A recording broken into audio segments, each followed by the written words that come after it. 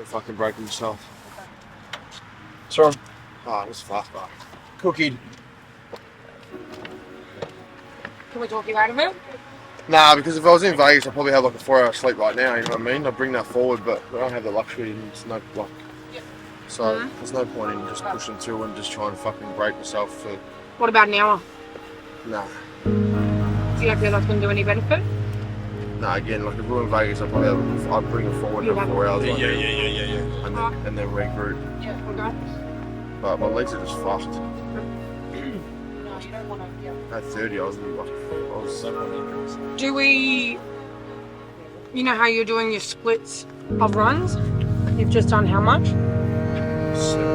70? Do you want to take a big break and then pump out another bit? Or are you just going to call it completely? No point in getting out 100, 120, like 120 and stuff. Not 160 before. Like, It's not 160? Yeah. Alright. Alright, okay. So, sorry. Thanks for that. No. Sorry. Don't be sorry. Well, it's a good outing. Yeah. Alright. Jump in. 100%? Yeah. Yeah, I'm not even moving, man.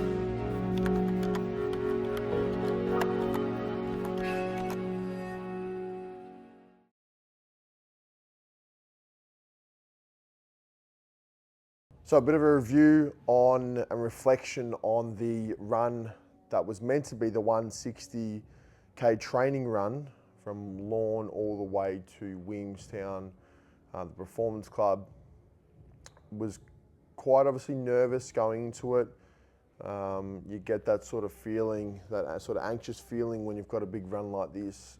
It would have been the longest run in one little segment that I would have done. I've done obviously a lot of hundreds, repeats, and repeated 100 day after day, but 160 in one go.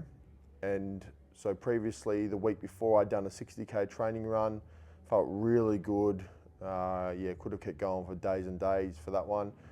And then got lined up, got the crew together for an LA to Vegas pretty much prep in terms of what it's going to be like going over there. And it was an experience that I guess we all needed. And in the reflection, I was quite embarrassed that I stopped at 70 Ks. But the realization that this isn't the race, this isn't the event, the event is in 5 weeks' time, and it's just a bad training run, really set in when I got home and had a shower. And I just thought to myself, why am I so hard on myself that I felt shit during a training run? And these are the learnings that come from it that make sure that the growth happens to allow me to finish a run like LA to Vegas, which will be the toughest and hardest challenge I've ever taken. This is no doubt the hardest thing. This is a lot harder than Sydney to Melbourne, where I did 800 in 9 days and did 6 100k runs back to back. The heat adds a whole different element. And going over there and the investment of getting over there with a whole crew of people also that you don't want to let down and don't want to let my family down. And just, I guess, the money spent of getting there, it adds a lot of pressure. And I normally do have put a lot of pressure on myself to be able to get these things done and to be able to set a standard for myself and for people to be able to follow and to be able to break the stigma or break the limitations that people have and the shackles that people have on themselves. But when I really look at pressure, I saw something the other day. Pressure, that's not pressure. Going on a 50k run, it's not pressure. Pressure is when your family needs you to deliver, when COVID hits and you've got no business, when you've got 13 staff, 14 staff you need to pay their wages for, when business is struggling or getting harder or something challenging comes up in your life that's actually pressure. That's pressure. So you need to make sure, and I need to make sure, that this pressure is a good pressure. This pressure is something I'm doing on purpose, not something that's happened to me or something that I need to overcome.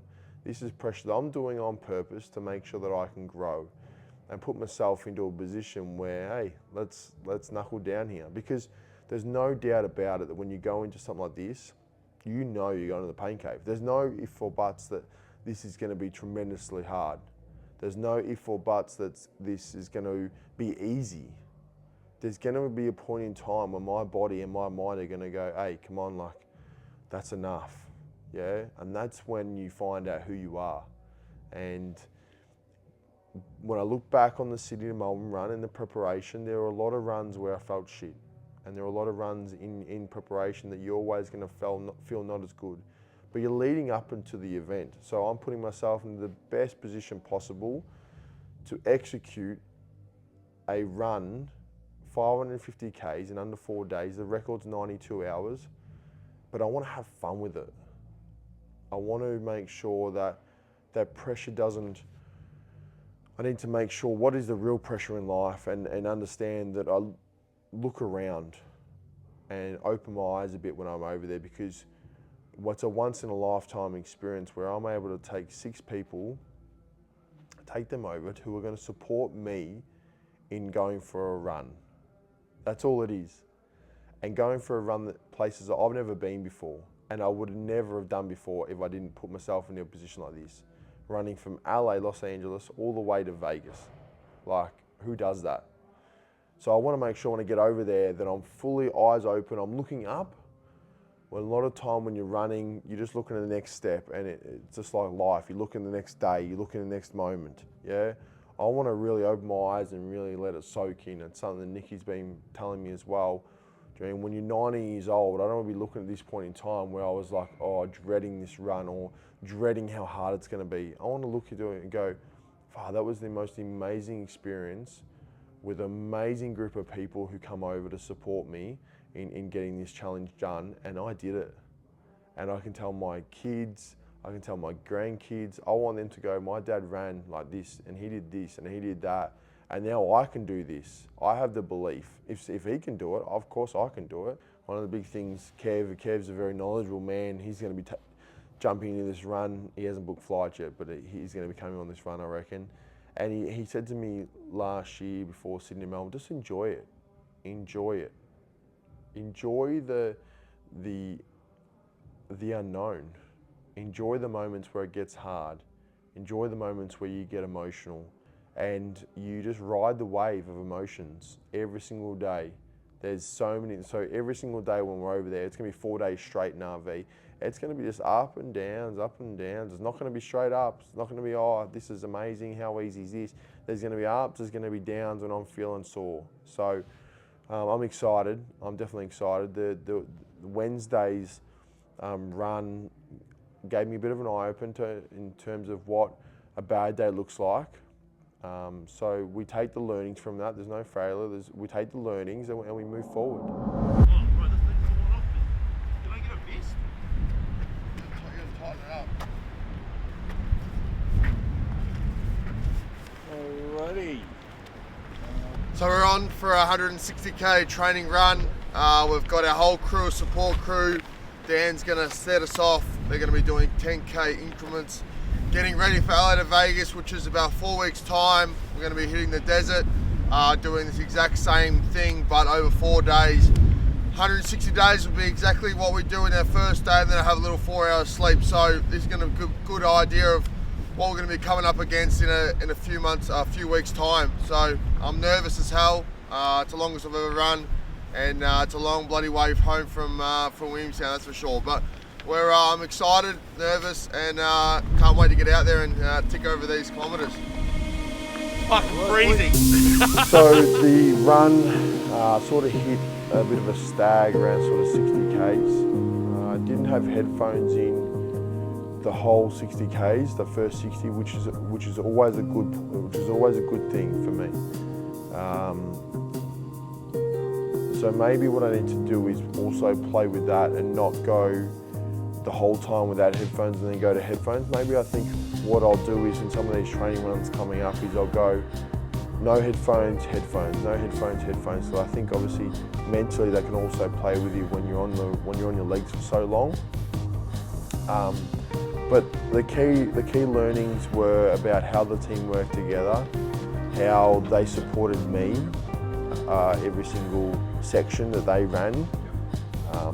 I guess the operations side behind it that Erica, the crew chief, is needing to put together with our group, and the learnings from that.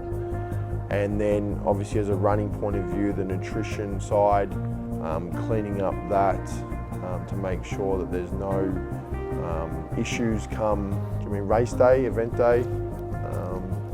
But I think it was a good experience. It's one of those ones where, do I wish that I'd done 160? Of course I did. Of course the idea was to do 160 and to feel extreme confidence that one, I could get 160 done and feel good when I finish, but also the next day to feel good.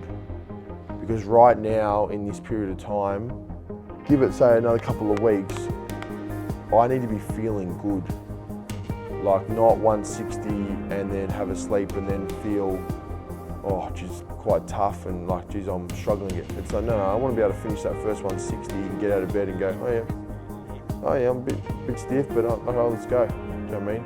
It shouldn't get hard until sort of, do you know what I mean, 350, 400 when you've got to really dig in. So that's the mindset that I'm in. It's also the preparation, and the preparation's been pretty good. Ankle has been playing up a little bit, and but that seems to be sort of quieting down and getting better. My knee blew up a fair bit after this 70 Ks because of what they think is a lot of downhill running. It's put a lot of pressure on my knee, so that really locked up that night, and then the next day got on the bike and did a 10K bike spin, and then today it feels a lot better. So I'll get back into running after 2 days rest tomorrow, and then we head over to Bali for 2 weeks, where I'll get a lot of heat training over there, which will prepare me a lot for this race and make sure that I'm primed, ready to go.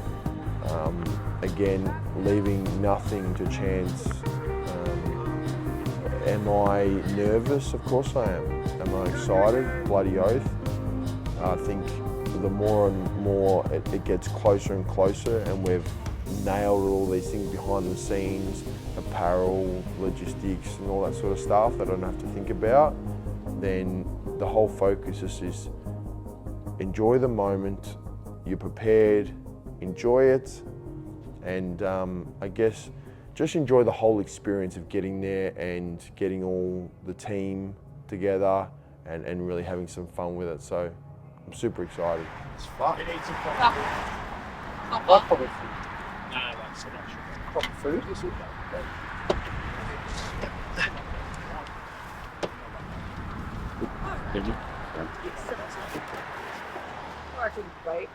Do whatever you want. No energy or? Nothing, my legs are moving. What does it need? Just flat.